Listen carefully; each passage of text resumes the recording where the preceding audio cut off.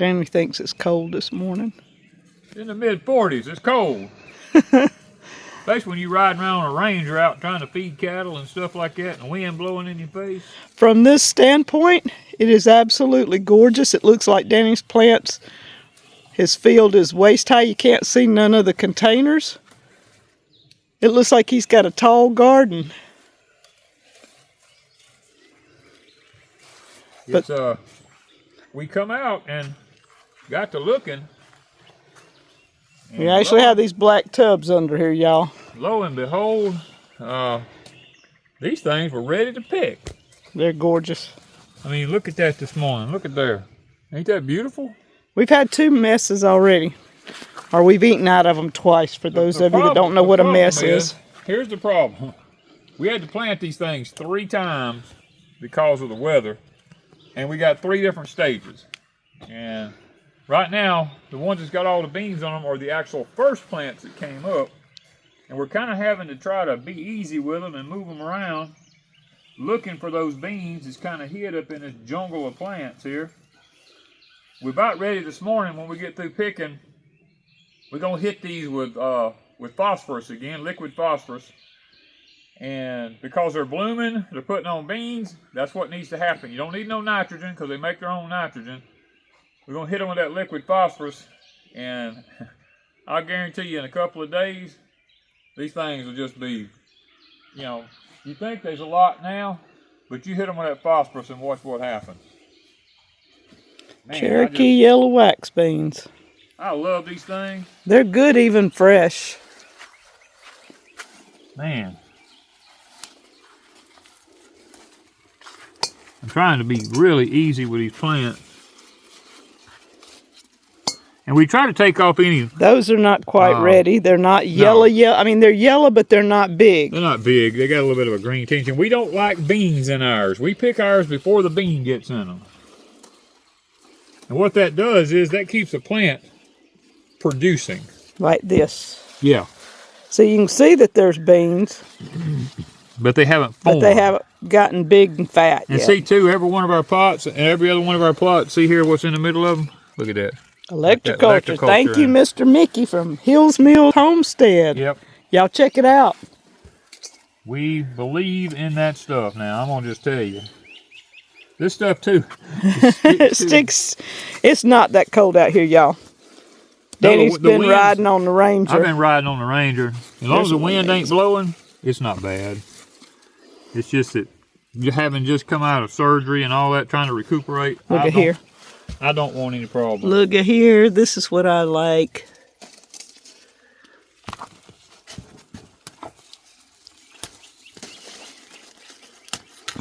There's a couple under here. See? And one way in there. This is an older plant. I got an older plant here. The older plants, I mean, that's amazing. That's just amazing right there now. See? And I picked the blackberries. We got about 12 or 15 blackberries off of it. Yeah, we have to fight the mockingbirds want to come in here and they want to steal them. And Danny's watermelons are actually growing. But let me tell you what we deal with. I came up here, I limed all this. This is what we talk about anytime we talk about doing compost piles or mulching or anything like that. You see that right there? Look in there. Thousands and thousands Thousands and thousands of fire ants. This whole bed is nothing but fire ants. And so the watermelons are growing and we're not taking them down. Oh no, we'll leave the watermelons. And what I do is I'll gradually... That one's going all over the place. Look at it. Yep, I will gradually pull this composted down stuff out around these vine bottoms and kind of spread it out on the ground out here. The ants will eventually leave. It's just new. It's just new, and this gets warm during the day. You know, somebody asked a question, why don't we compost? We do compost. It's just that this is what happens when we do. We have to fight fire ants. And look at that right there now since I hit that. Look at that. There's just hundreds and hundreds of thousands of them things. Lucy, no. Get out of there. You'll be throwing fits. You'll Come be on. wallowing on the ground. Get out of it. Come on. Come on. All right. This is some of the prettiest beans well, I said that last year, but Yeah, we said the same thing last year. but this is amazing. They are pretty. I mean, and they're doing what they're supposed to be doing. They are producing, and they're producing well. We just got to get some phosphorus to them. Because when they get this thick, they will deplete one of them tubs of phosphorus in no time. We're going, ooh, look at this. Boy, this was one of them older plants here, I guess.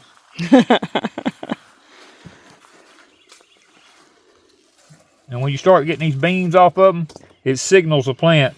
And it makes that many more. It makes that many more. If you leave them on there till they get to be beans in them, it tells the plant, well, it's time to quit. We've got our beans now, and your plant quits producing. And Danny's taking off the older leaves too as we go. Yes. And that helps us spot the beans And faster. if we pull up any grass or anything like Yeah, that was our weeding. that's the extent of my weeding right there, like that right there. And these plants, they shade the tub. We don't lose the moisture out of them. Weeds don't try to come up real bad. So it's a win-win. And it rained enough that all these pots got watered really well day before yesterday. So we're not going to be watering for another day or two. Yeah, when they stay shaded like this too, it doesn't evaporate out. What the plant uses out of it is all you get out of it. All right, guys, this is what we use right here. This is 105410 Schultz Bloom Plus. We bought this 3 to 4 years ago, and guys, I buy in bulk. When I buy, I don't just go to the store and buy one box, because that way you go broke gardening, because that's where they get you. We bought like, what was it, 6 or 8 of them in a container. They were wrapped in plastic, a whole big bundle of them from Schultz. And it doesn't take a lot of it. It's 1 tablespoon per gallon. And there is a lot of tablespoons in that little box right there. So we've already got one mixed up here. It kind of looks like Miracle Grow. It's blue. But it's 10% nitrogen, 54%, let me get it right. I don't want to tell you wrong. Where's it at right here? Oh yeah. It's 10% nitrogen, 54% phosphate, and then 10% potash. So this is an excellent source to put on these out here while they're blooming. It's for good root growth, bloom development, plant health, all that. You get a little bit of nitrogen because these plants make their own nitrogen. You don't want anything that's kind of heavy in nitrogen, but you definitely want that phosphate there. We also use a product made by Dr. Earth. It's Bloom and Grow or Grow and Bloom. I forget. Golden Bloom. Golden Bloom. I knew it's one of them. I always get it wrong. It's got pink, it's got a big white, pink and black rose flower on the front of it. Now, we bought a 5-gallon container. At least 3 years ago. Oh, it's longer than that. We bought it when we was at Deep South. Well, we bought the first one at Deep South. It took us about 3 years to use it. It takes about 3 to 4 years to go through a 5-gallon container of it. But when you buy it, it lasts forever, and you just have it. We still got almost a full 5-gallon container right here in the high tunnel because we use this too. This is just, that thing's so heavy we can't lug it around. So we just have it sitting on a pot out there. We just put our things on there when we're out there and we open it up, shut it. I put a ball valve system on it to drain it. And while we're out doing like this, it's so much more convenient to just pick up that little box right there because it's basically the same stuff. And Miss Lucy's unchewed my knob off the end of this. So what we do is just come in here and I just pour a little bit in each container. Not a lot.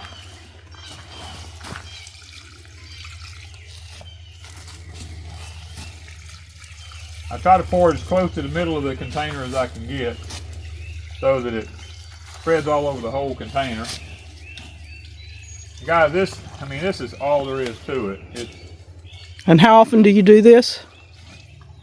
I don't do this until they start blooming and putting on beans. And then I do it once every, maybe every week and a half. You know, I come out and do it. Well, one thing is I look at the leaves on the plants. And the leaves on the plants tells me that I need to do it. Okay, this is a 1.5 gallon container. So what I do is I take like one and a little over half a scoop for that. It's just like Miracle Grow. It just comes in a little plastic bag there. With its own scoop. Own little scoop. Yep. You don't need that. I was using it for spraying off my beds. We'll just fill that up. And if any gets out here, it just helps the Oh, that's not going to hurt the strawberries. Strawberries. Strawberries could use it. They could probably use a good dose while you were dosing. I wouldn't put it on my berries, But down by the side of them. They'll find it. Oh, yeah. Everything's so green today. That rain just helped. That rain just made everything pop. Boy, did it make everything pop. Man.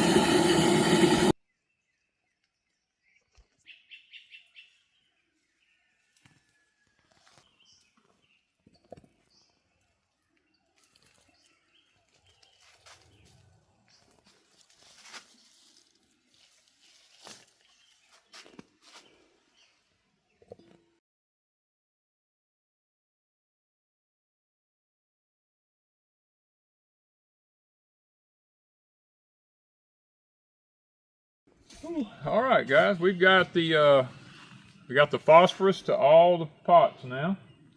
Took a little bit longer than I thought, but nevertheless, we got it done. So I'm looking forward to a better harvest next time. We should, the next picking, we might be able to start canning.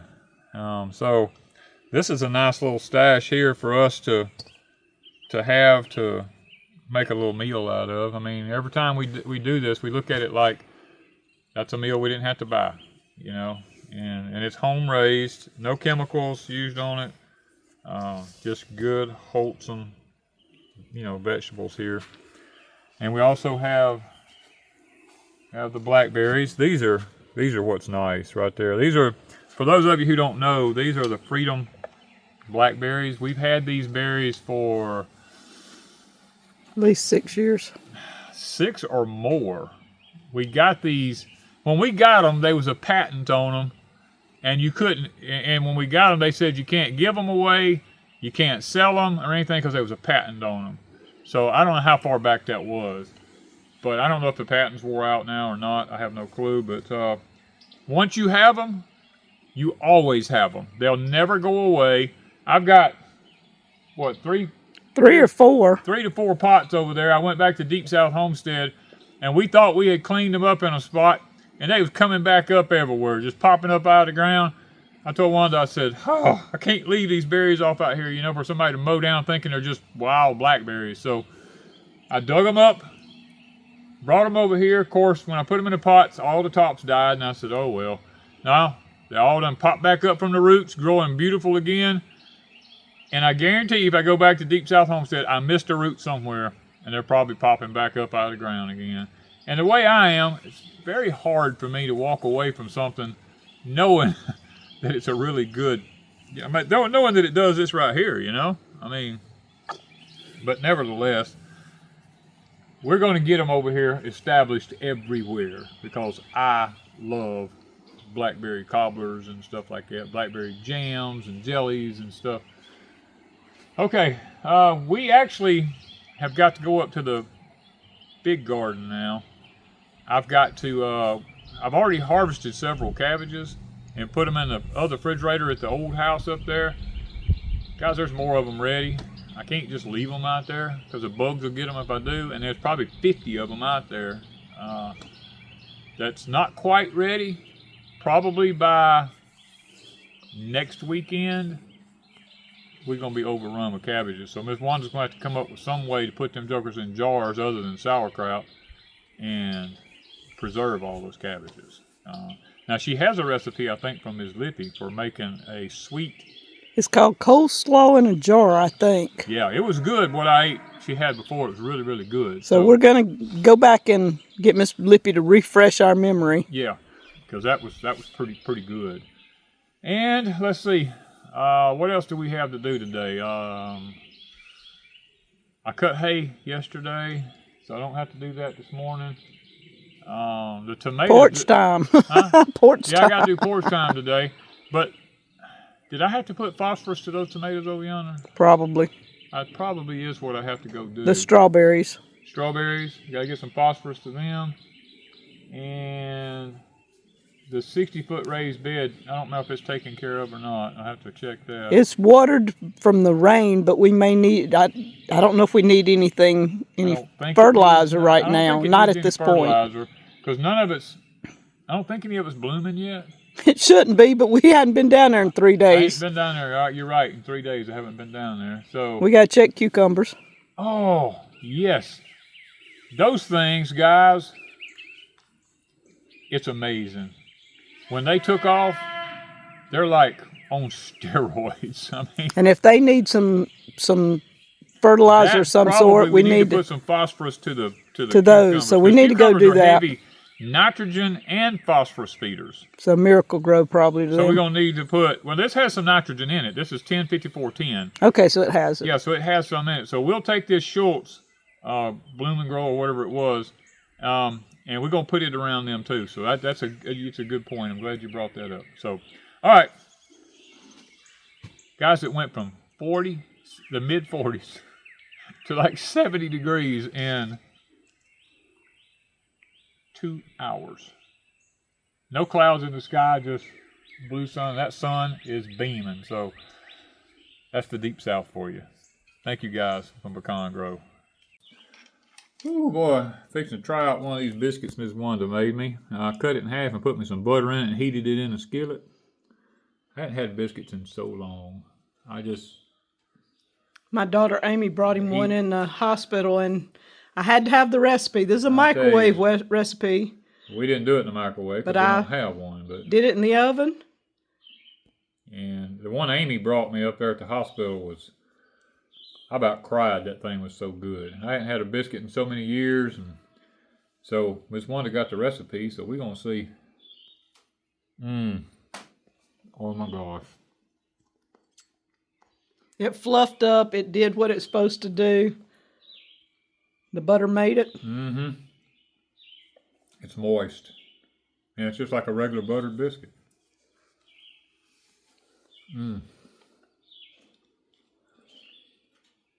Brings back memories.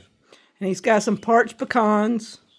I've got some apples and some peanut butter here. And coffee with a touch of creamer in it. He's got water. Yeah, that's all I drink, water. And we're going to sit here and enjoy the morning. Yeah, man, this used to every morning going to work, I'd take my crew by, or one of my crews, I'd take them by these little fast food places, and everybody get a sausage biscuit or egg biscuit or buttered biscuit, and I always got a buttered biscuit. And this is a buttered biscuit, boy, it brings back memories of stopping at 4:30 in the morning, letting everybody get their breakfast. Gosh. Thank you, Amy. We now have a biscuit that Danny can eat. Yes, thank you, sweetheart.